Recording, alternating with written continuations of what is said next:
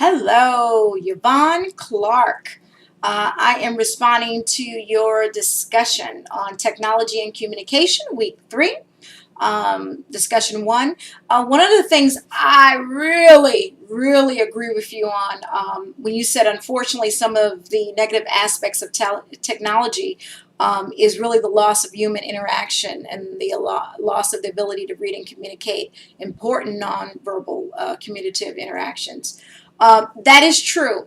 That's something that I kind of struggle with when you're talking about text messaging and instant messaging. I've been working virtual for about 6 years, so that's all we have is the computer or the iPad or instant messaging.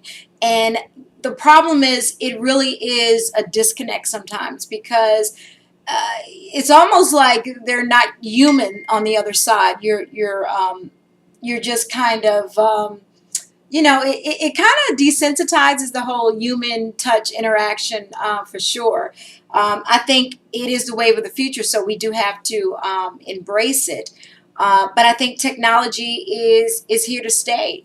Some of the things that you talk about, we use all the time: cell phones, email, FaceTime, social media, instant messaging.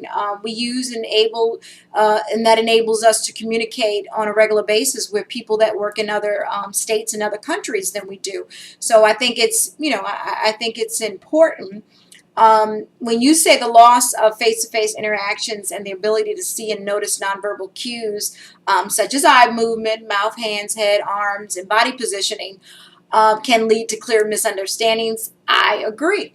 It's very difficult to get a feel if you're pitching something to a client on the other end of the phone, and they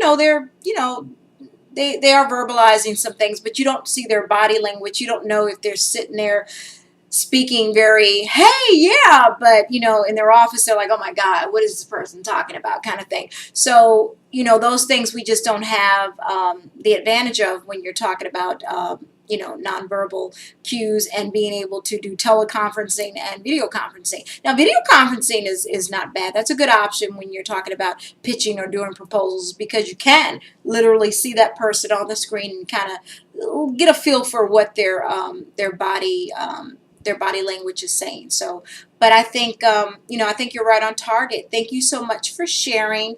I think another point that you make real quick that I thought about when you said about the teleconference calls, and are you really listening? And again, all of that is true. Sometimes we're multitasking and you get engaged with something else while you're doing teleconferencing, and hence the presenter may be really giving some strong points, but it gets lost in translation. So again, pros and cons.